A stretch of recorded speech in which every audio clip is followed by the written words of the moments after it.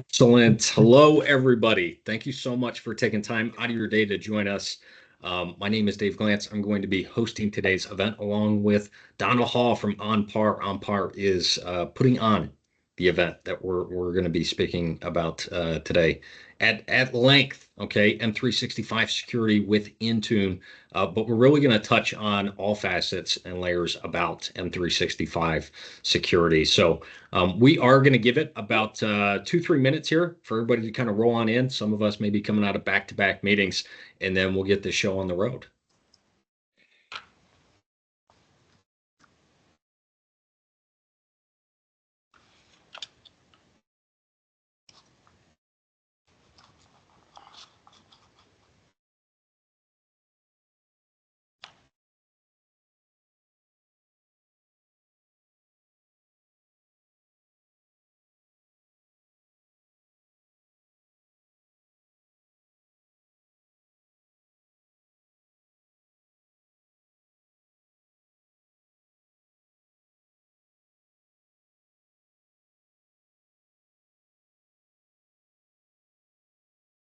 And to those of you just joining, we're going to give it another minute or so here for anybody else who may be coming out of a meeting and joining us. And we'll get started here shortly.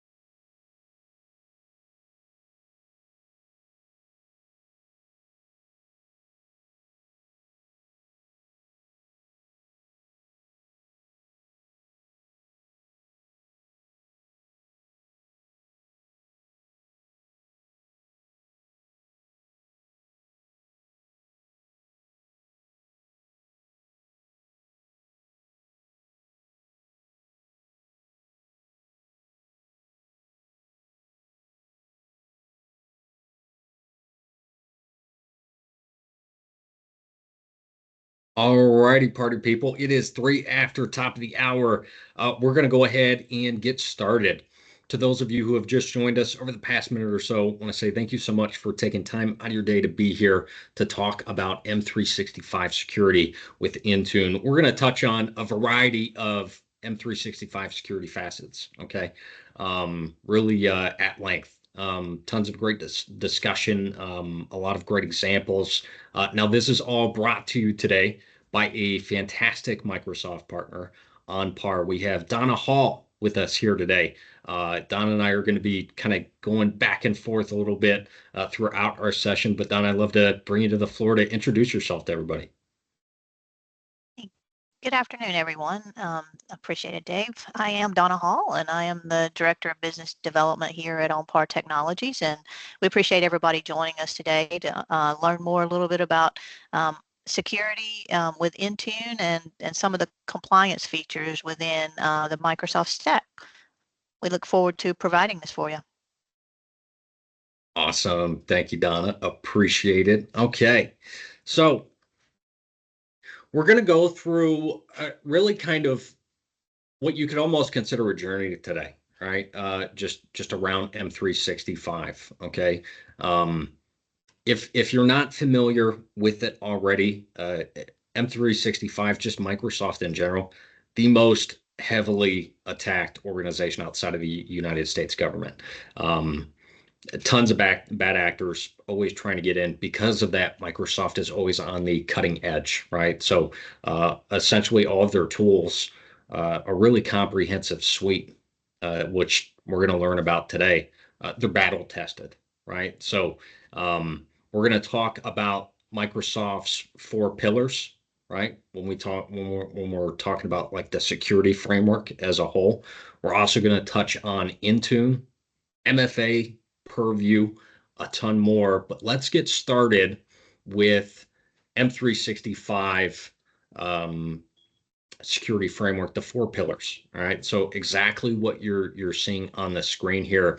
Each of these work together to help protect your devices, your identities, and your data, right? So when we talk about identity and access management, that just means only authorized people can access the resources that they need, right? When they need them, not just whenever, okay, at all times. Information protection, this is really about keeping your sensitive data, things like your intellectual property, your financial details, your customer information, out of the wrong hands. Security management is all about monitoring for risks, right? So that way you can quickly detect and address any sort of potential issues. And lastly, their threat protection is really all about defending against cyber threats. Okay, so think malware, viruses, any other sort of malicious attacks. We've got a couple of unique examples that we'll kind of talk about today. But with these four pillars all kind of together, M365 really provides you a complete security solution, which is safeguarding both your organizations and also your customers from all of the threats that we're seeing from all over the place. Now we're going to dive into Intune here. And with that, I do have a poll question I'd like to kind of pose to everybody. I've got a couple of these today that I'm going to throw out. And this first one is really, really simple. It's, does your organization use Microsoft Intune? Yes, no, or if you're not sure, you're not sure. Maybe it's not something you think of on a regular basis. Maybe you just log in, you do your work, and you leave. If you fall in that category, that's okay too. Just kind of curious to see where everybody's at. A couple of those to throw out today. Now, think of Intune really as your overall management from your devices to the endpoints to the applications, a whole bevy, a whole slew, right, of um, of all the different tools that those in your organization are working with and utilizing on a regular basis. Okay, there's a lot of functionality. Whether you're talking app management, compliance policies, it also integrates with Azure Active Directory, so that way only those have access to specific resources or apps that they actually need. Right, so we can get very granular, we can get very fine tuned. Um, I want to kind of talk about each one of these in a way that feels relatable. Okay, so some examples, something that maybe not super specific to your direct organization, but I think everybody throughout a few of these is going to be able to pick and pull. Oh, there's a similarity there and there and there and so on and so forth. Right. So let's throw this out there. Let's maybe say that your company has switched to sort of a some sort of like hybrid work model. Okay, and a lot of companies today are like this, just because of the past few years, right? So, you have some employees splitting their time between home and the office. Some are using company laptops. Others are working on their personal devices, even. And when we're talking about keeping everything secure, when we have this variety going on, um, not only secure, but also running smoothly, it can kind of become overwhelming. But this is exactly where Microsoft Intune steps in with a variety of features. Okay. So one of the big ones is device management. Device management in Intune allows your IT team to keep track of every device, whether it's a work laptop or a personal device, a phone, a tablet, making sure that they're all secure and also running the latest updates. Another big feature is app management. What does this mean? This means that your IT team doesn't have to manually install or update programs. Okay. One of the big beauties of Intune is that it can handle all of that in the background, making sure that only the apps that you approve, okay, the compliant apps that you approve are used on each device. If someone tried to install an unapproved app, for example, okay, Intune has the ability to block it automatically. There's also some security tools inside, to enforce any sort of policies, right? That also help keep everything protected. Every device needs encryption and a strong password. We're going to talk about some other things as well that go along with keeping, your devices and your credentials safe. But it starts with the device itself, okay? And hey, look, if an employee happens to partake in happy hour and they lose their device, maybe on the way back, uh, here's the good thing.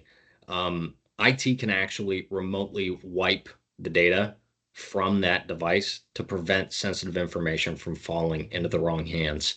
And you can do that via Intune, right?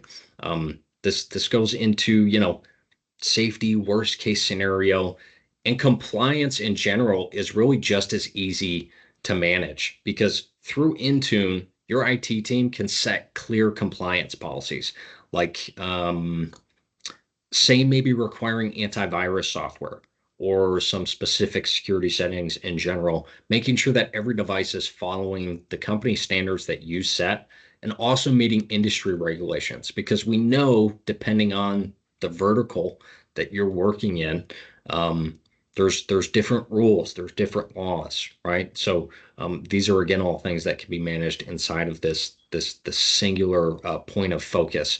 And because Intune integrates with Azure Active Directory, you can also implement conditional access. So what that means is that only only the employees on secure compliant devices can access any sort of critical business applications.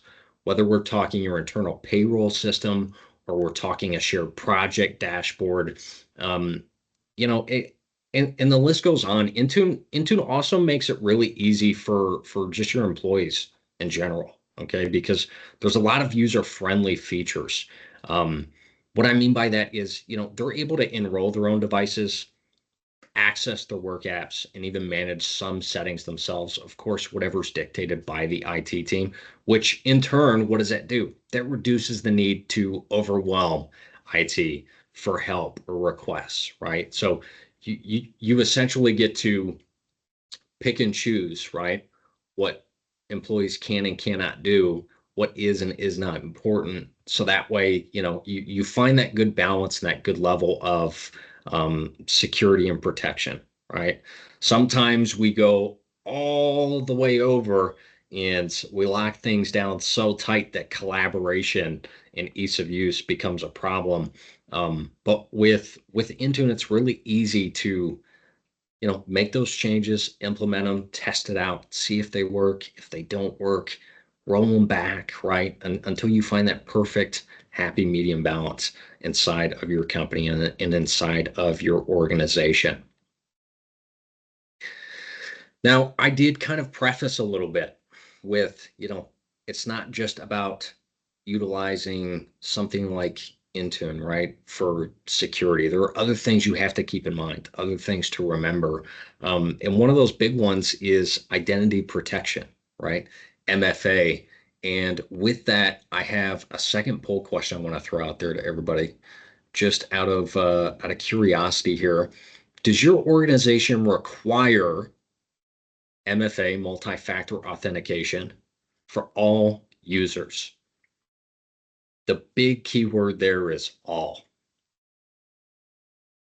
Because if it's not for all and it's just for some, it might as well be for none. Okay. Super important. We'll talk about it. But let's throw out another scenario here. Okay. So what you're looking at on the screen, you know, identity protection, Entra, MFA. Okay. Some different kind of types of management, whether it's B2B, B2C, right? Helping keep everything secure for those that you're working with and those that may just be visiting, along with conditional access policies, all right? So that way you can determine who can access what based on a variety of things, whether it's the device, the IP itself, or a designated group membership, right?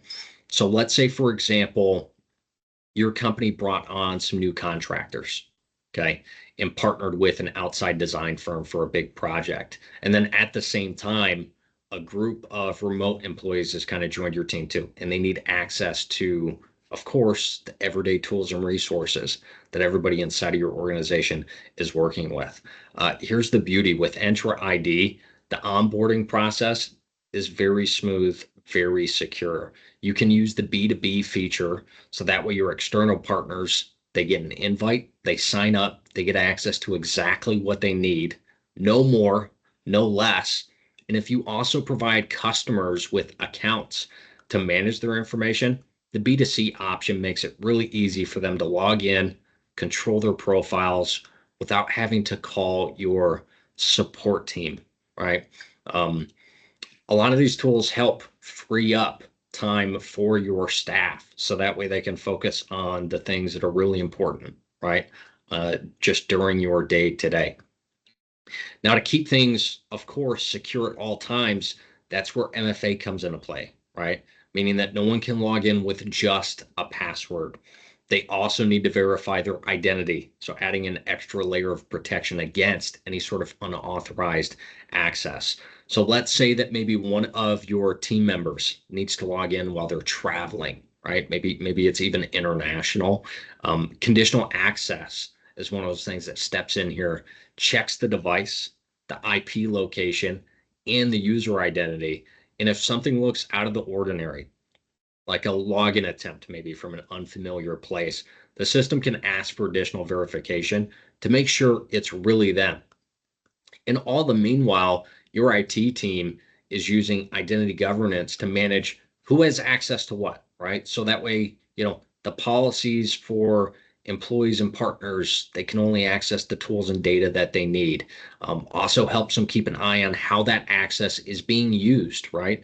Making sure that compliance with your policies in industry regulations is being followed. And if auditors come knocking, guess what? IT can easily pull reports to prove that you have the controls in place, they're working properly. And then another great feature is, let's say that, that contract team that we talked about at the beginning, once they're done with whatever project they're working on, okay, identity lifecycle management can automatically revoke access, which in turn keeps everything tidy, keeps everything secure. The last thing anybody wants is a bunch of loose ends, right? Now, with MFA, we had the poll question, right? And we also touched on it during this slide too. Incredibly important. I want to throw this over to Donna. Donna, how do you approach kind of explaining the importance of MFA to organizations, especially those that have, high levels of access, right? Your admins, your C-suite, etc. Yeah, so we feel that it's one of the main focuses of security is MFA. There's a whole lot of things that go on behind that as well. But if we have clients that say, I don't want to implement MFA because it interferes with my business model, or I mean, we have one customer who has a union that's kind of pushing back on them and saying, hey, you don't pay for my employees, you don't pay for my members' devices, so we don't want to implement MFA. And so there's a lot of things that can a lot of reasons that companies can come up with not to implement. um, at the end of the day, it's their choice, but we make them sign a waiver because we really do believe that that is a deterring factor. It's not the only factor, but we say that's the basis of getting access to your system is for you to have MFA. And you do it with your bank, you do it with everything else. So why not your business data? And that's, we approach it with a very kind of firm hand in that you have to do it. It's a baseline, right? That's how long it's been Baseline, around. exactly. Yeah, I mean, I think back even, gosh, what year is it? Wow, 2024. I think back like a decade ago, even when I was in the Air Force, and just anything, even a basic system, MFA was there. But then in my role in Intel, there's like 5 different layers of MFA everywhere. So when I made that transition out of the military into just kind of the everyday workforce. And I saw that some companies, you unfortunately see it all the time. Um, they either they have MFA, but not everybody's using it, or they're not using it. They don't think it's that important, and it's just kind of, it's like, wow, it's eye-opening. Now the good thing is that a lot of companies, for the most part, we could probably shade it, uh, heavily over 50%. Most of them are using MFA. But Donna, why is that? Why is that still not enough? What kind of creativity methods are you seeing from bad actors? Well, like you said, Dave, MFA's been around for a long time, and it's been the be all end all. Hey, if you have MFA, people, yeah, the fact that a bad actor can get in is a lot harder. Well, now they're doing token hijacking, which essentially means they're getting the MFA token, so they are able to hijack that account by having the username, the password, and the MFA token. So, we're seeing that that's something that's I want to say it's relatively new. A lot of people haven't heard about it, but it in the last few months it has come on fast and furious. It seems like, and so a lot of what we're trying to preach to our customers now is the MFA to use the methods of how are you using MFA, and to move to the Authenticator app, as opposed to a lot of other things, getting as opposed to getting a text or getting a phone call or getting, email's been out a long time, but Microsoft is starting to push, hey, you need to use the Authenticator app. So we're starting to push that with our clients as well, getting people off of the old authentication methods and into using the app. We're also talking to people about, hey, when you implemented Intune, you didn't maybe put in conditional access policies, Mm, or policies of, you might have put in a few, but maybe you didn't put in, you can only access from a device that's enrolled in Intune, because a lot of times people say, well, my employees don't take their computers home and they may want to log in from home and check their email or something along those lines.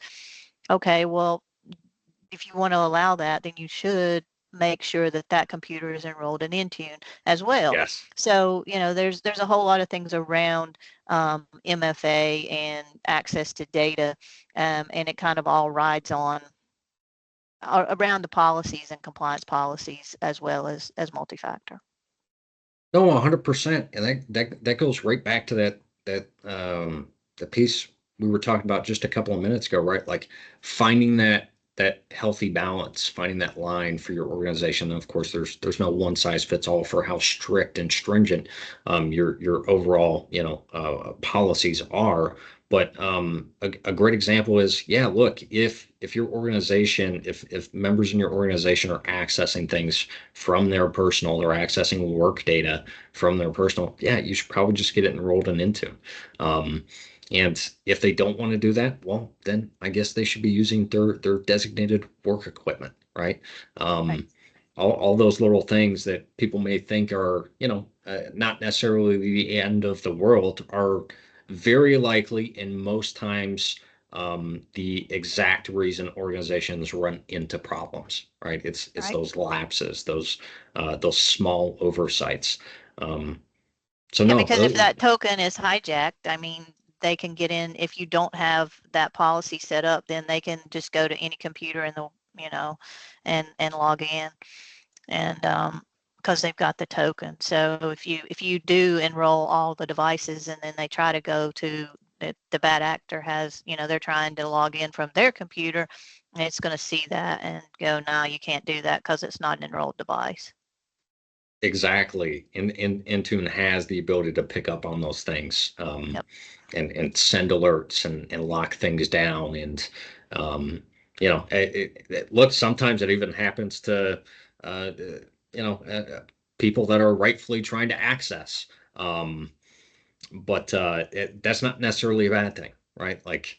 Right. the fact that it's safe enough to recognize suspicious activity is a feature everybody needs, especially with how creative some of these bad actors are getting.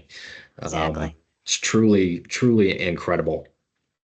Now, as we kind of switch gears here a little bit and talk about security on another level with Defender for Office 365. Okay, so I want you to think about, really your O365 environment, your email. A lot of times, that's where still today, surprisingly, a lot of the attacks are coming from. Okay, so I kind of want to throw out this example here.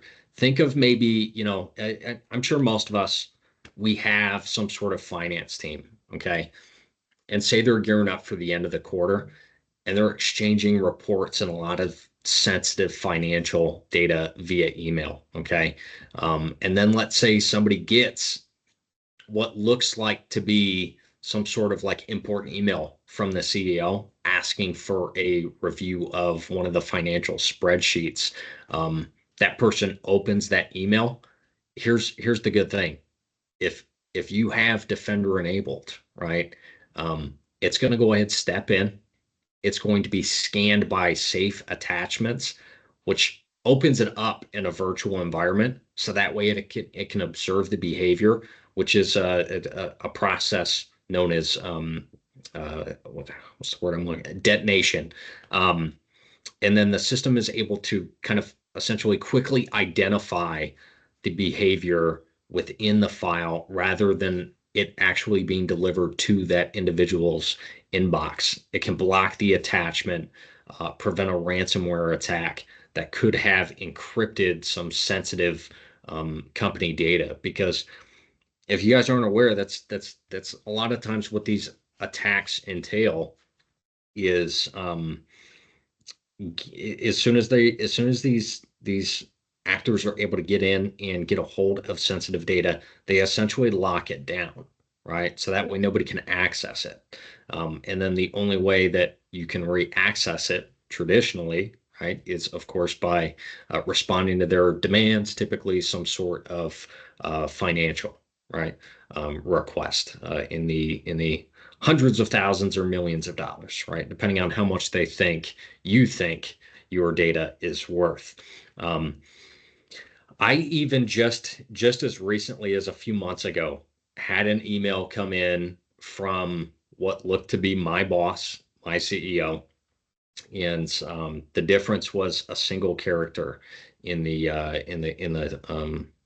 email itself. And an attachment was sent, and thankfully Defender picked up on it. So what it looks like and this comes from, whether it's somebody maybe potentially bad or just, somebody you work with regularly. When an email is sent with an attachment, Defender is scanning it regardless whether it thinks it's suspicious or not. It's basically running it through a checks and balances just to make sure. Think of it like a discount double check almost, right? Now, at the same time as Defender does that, Exchange Online Protection, EOP, that's something else that you see kind of center of the screen. It'll scan that same email and flag it as high confidence phishing based on the suspicious content and also, sender address. Now, since high confidence phishing emails are automatically quarantined, the message in that case would be held back. Here's the other thing: the IT team is also going to get an alert, which gives them time to investigate and fully identify what's going on without the risk of that email potentially spreading across the entirety of the company. Because hey, sometimes it's just one shot, but other times it's a blanket shot, right, of emails to everyone, and all they need is one person, right? Now, the other good thing is that EOP's anti-malware service keeps the rest of the company's communication safe. So it's detecting and blocking viruses, spyware, any sort of ransomware across emails, regardless of whether the employees that you have are using different devices, right? Like, meaning if they're using Windows, Mac, or Linux, okay? Um, Microsoft's team is actually writing real-time threat rules as well all the time to stop new threats before the antivirus definitions are fully available. So what that means is Microsoft is helping keep defenses ahead of the game, so to speak. So you're getting in near real time any sort of updates that Microsoft identifies they're pushing out and making sure that those are implemented so that way everybody's companies and their employees are safe, right? From all these different methodologies. Now, on top of that, Defender spam filtering makes sure that you're not getting overwhelmed by a bunch of junk bulk emails, right? And over time, it gets smarter and smarter just by learning from real world spam and also any sort of phishing attempts that are submitted by users across Outlook itself, right? So what I mean by that is if if if you've never seen it before, um, when you get an email that looks a little funky, right? Microsoft will go, "Hey, do you want to report this to as phishing or report it as spam?" Right? It ingests all of those submissions, and then essentially in real time it's adjusting and going, okay, this sender flag it as such and such, right? So it's not just stagnant, it's consistently evolving. Now, for any emails that maybe slip through, here's the other good thing: IT admins can leverage the tenant allow block list to manage any sort of suspicious domains or spoofed email addresses, which gives them control over which messages are allowed or blocked. Now, what this also do is help reduce false positives and also make sure that emails aren't accidentally quarantined. So again, going back to finding that fine line, that healthy balance. But it just kind of this overall example that I'm talking about just kind of highlights how Microsoft Defender for O365 is working behind the scenes to protect your organization, quarantining any sort of dangerous files, making sure that your team can stay productive while also keeping all of your critical information safe.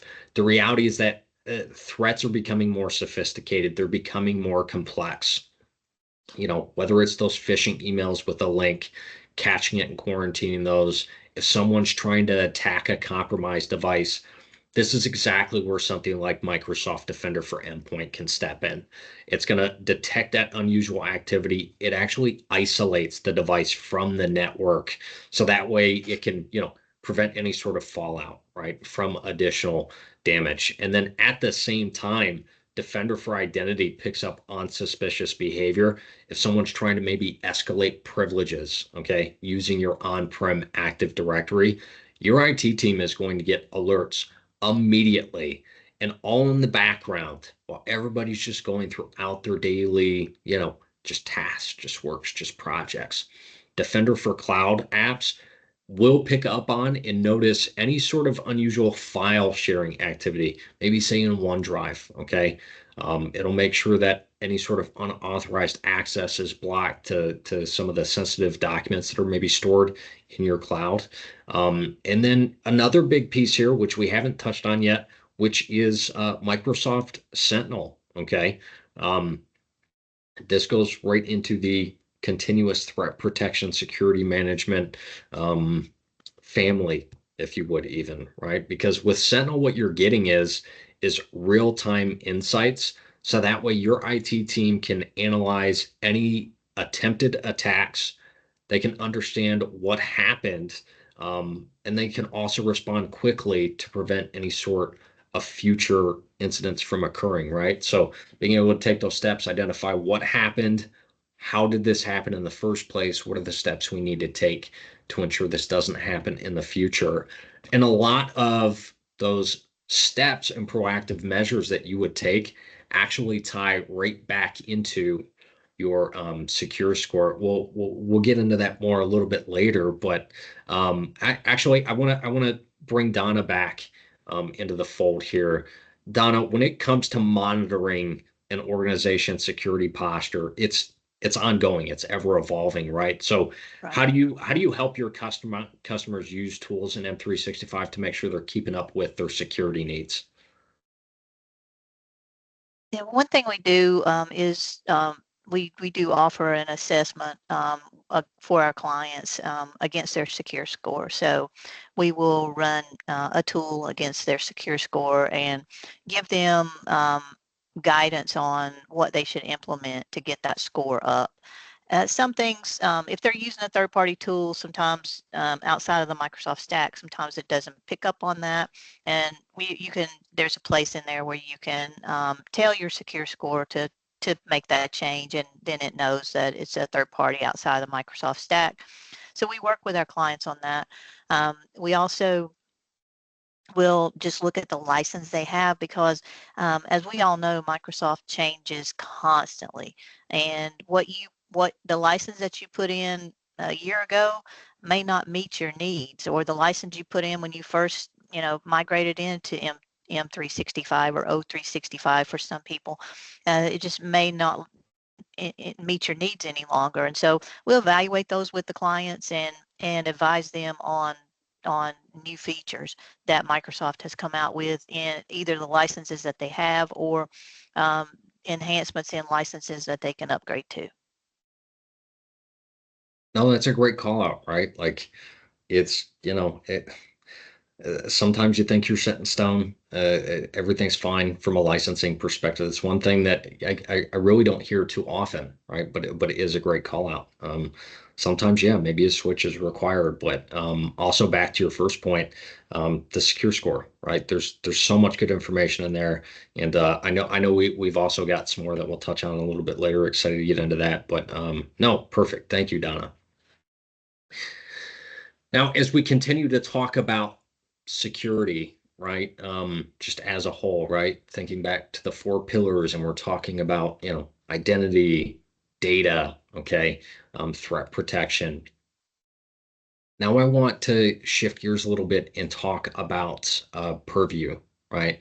So thinking about protecting your data, what Purview does a really good job of is giving your organization a complete set of tools to manage, protect, and govern your data no matter where it's stored. Okay. Helping you to tackle any sort of data fragmentation problems, improve visibility across all your systems, and also make it easier to define IT management roles. So with Purview, you can do a whole slew of things, right? You can see your data across your entire organization.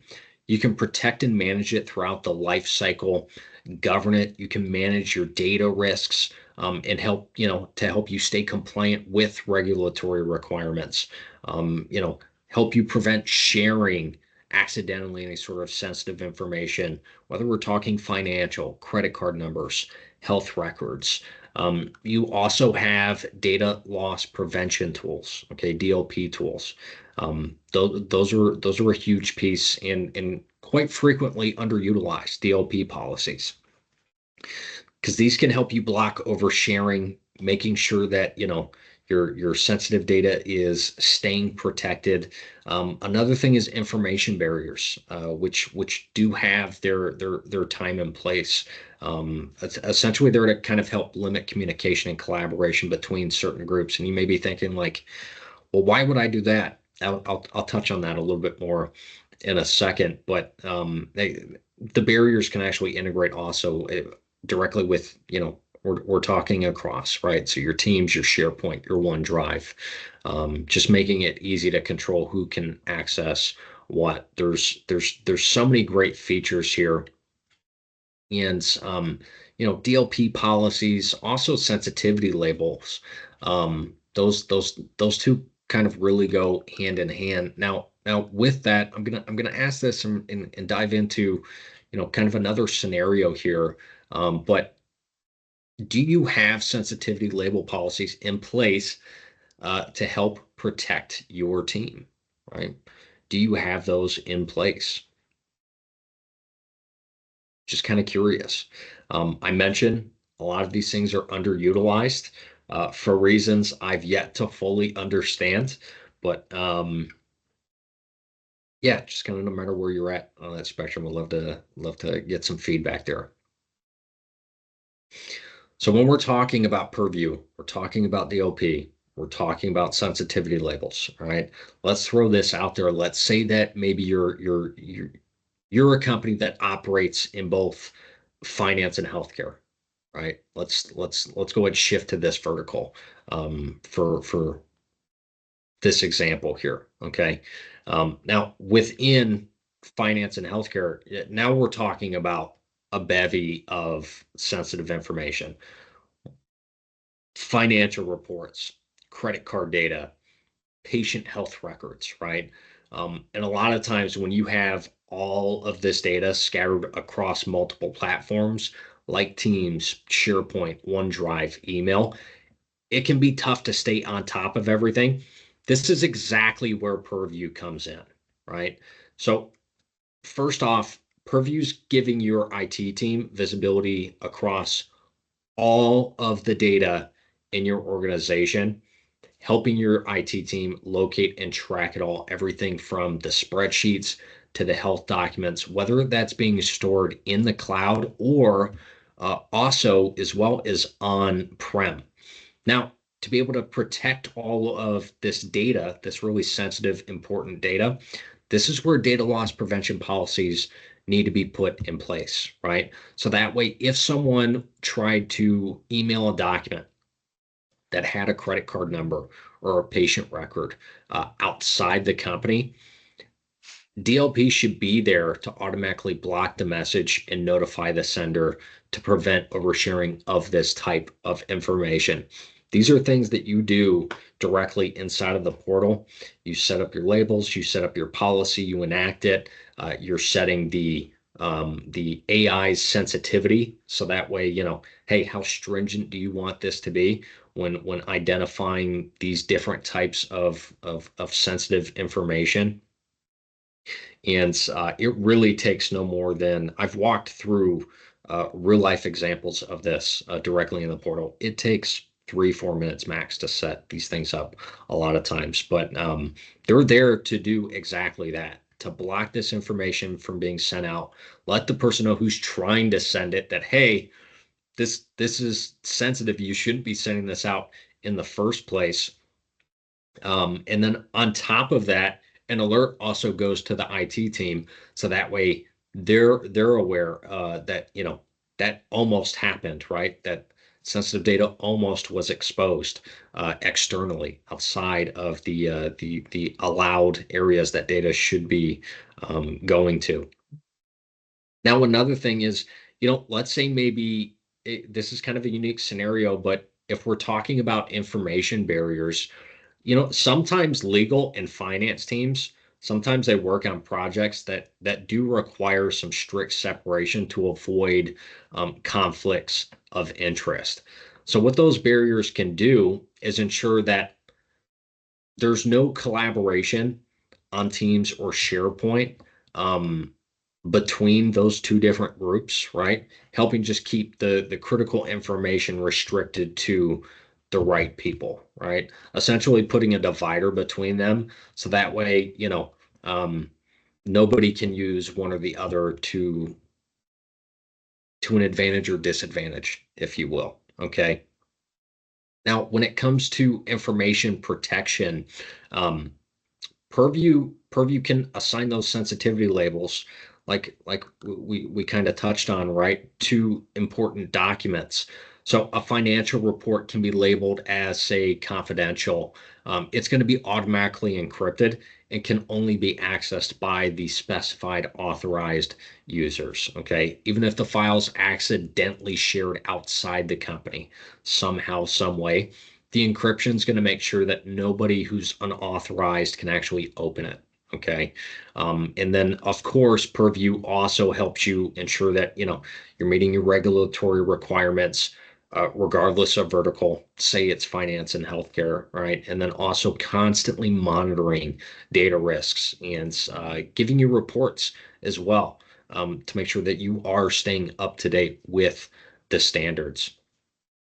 I want to bring Donna back into the fold here again. Donna, what does the discussion look like when you're talking to a customer about DLP policies? Like, what kind of examples do you maybe use to stress the importance of implementing them and some of the strategies that go into it?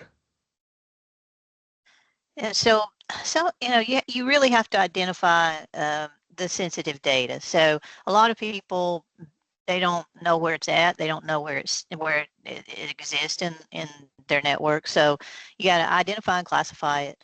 Microsoft does a pretty good job of with predefined templates for data loss.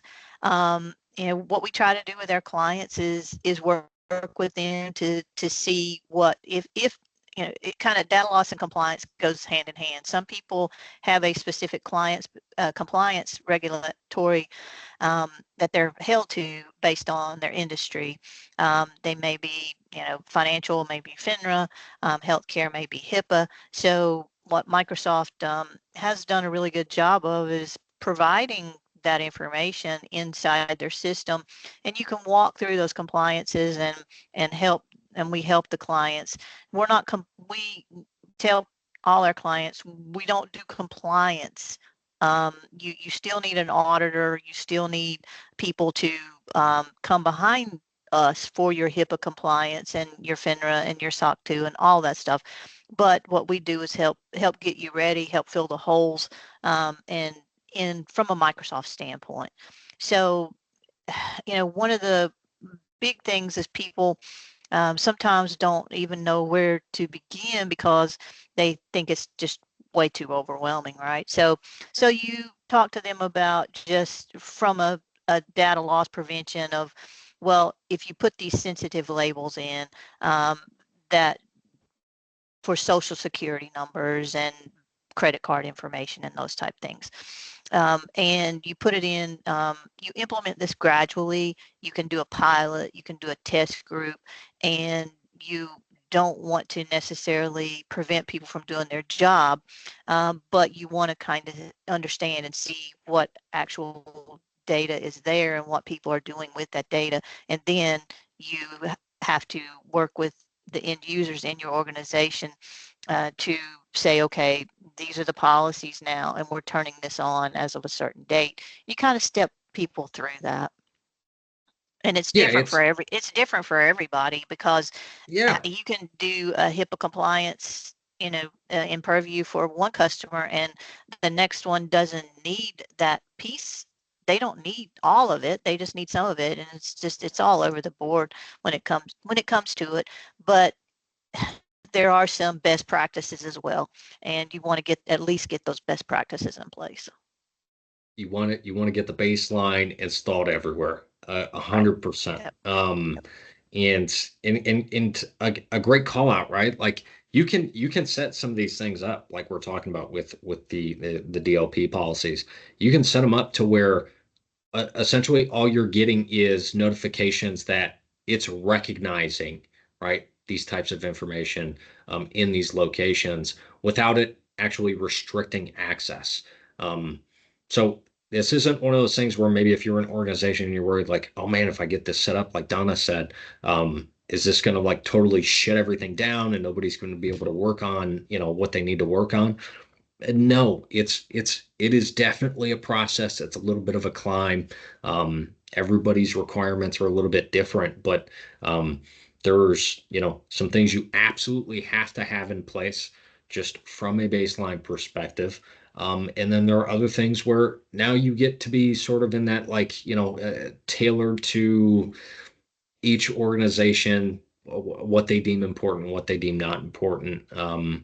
But number one, just are you at least adhering to the basic regulations for your industry, the laws, etc.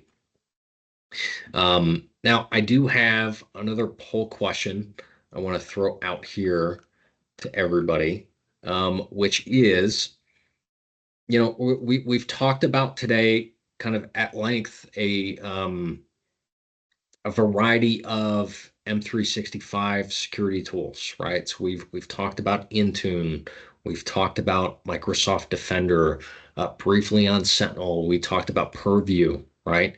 So this should have you kind of thinking, right? Like in terms of, okay, so now that I'm aware of some of these different things, right? What is kind of my timeline to, maybe enhance or get going on my M365 security strategy?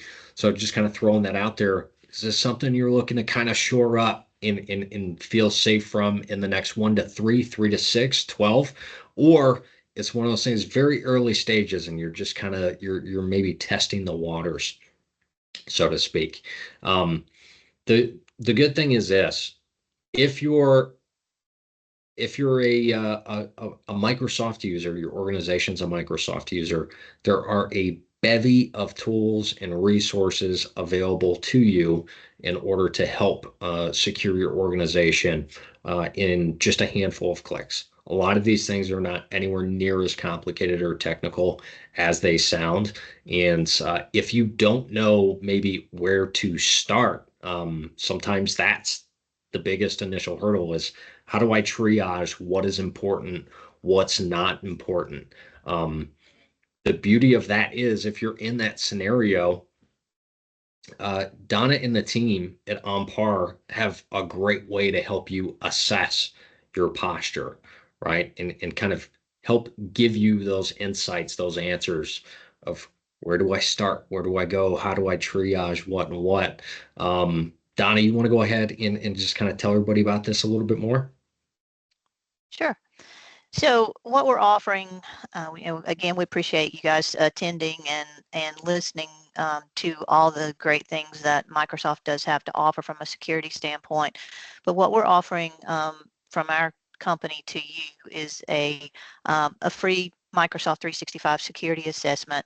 And uh, basically what that is we do have to have access to your tenant to do it. You would give us that and we would run our tool against your Microsoft tenant, and then we would schedule time with our engineering team to go over that and talk to you about how you can enhance that score, things that you can put into place. Again, it may be that you want to do some of it, you don't want to do some of it. Most people find that they need to do something um, when we run our tool against their tenant. Some people have a very good secure score because they've implemented things and they stay up with it. Um, but a lot of people don't. And so but what we like to do is work with you and tell you a little bit more about how we can help you as a, a large Microsoft partner. We've been doing this for over 20 years. We were in very early on when Microsoft, before it was M365 or O365, it was called BPOS. And so we were selling it and implementing it when it had a totally different name. And so we've gotten pretty good at implementing the features and have some great experts and engineers on our team that would love to talk to you about your security. 100%. Hey, look, it, some of us, we may not realize it, but we probably have a couple of leaks that need some flex seal. Here's a great way to get started on that, right? Identify those leaks, get in with Donna's team, help figure out what's important, what we need to do to kind of shore everything up and keep you marching right along, right? Every day in the news, we're seeing like some worst case scenario stuff. And a lot of times it starts with just one of those small leaks. So, staying ahead of the curve is more important than it's ever been. And a lot of times it doesn't take a lot of time. Um, so that's just something I'd kind of like to throw out there too. I've got one last poll question to throw out to everybody. And then with that, we have roughly 5 minutes left, which is a great opportunity to field any questions. Myself and Donna were happy to take any questions you may have on anything that we've discussed today. If you do not have any questions, you are free to reclaim some of your time back. And Donna and I would just like to thank you guys for again taking time to be here with us today and discuss. Yeah, Jonas, absolutely.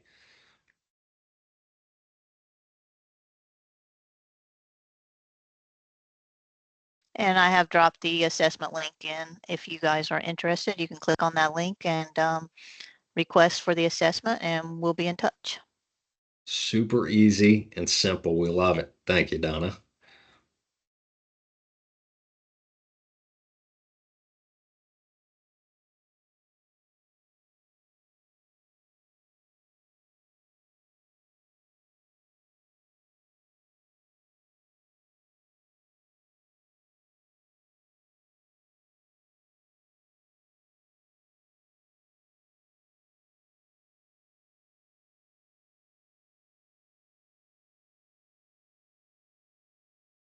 Chris, Frank, Todd, of course. Thank you guys.